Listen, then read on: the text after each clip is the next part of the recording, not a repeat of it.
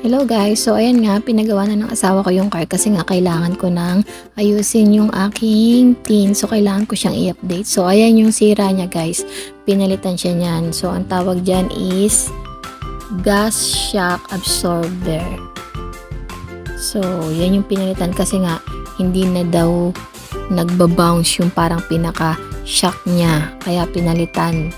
So kaya pagka smooth yung road, wala siyang tunog, pero kapag makaldag, dun siya may kumakalatog. So, natatakot yung asawa ko na ibiyahe ng malayo kasi nga baka biglang masiraan on the way, di ba?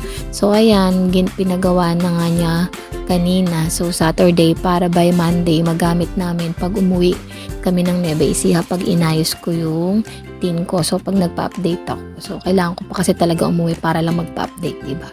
So, ayan, ang nagastos niya dyan is mahigit 4,000 daw yung binayaran dyan. Yung bayad niya dyan sa shock absorber na yan. So far, okay naman. Sana magtagal siya kasi bago naman siya, diba?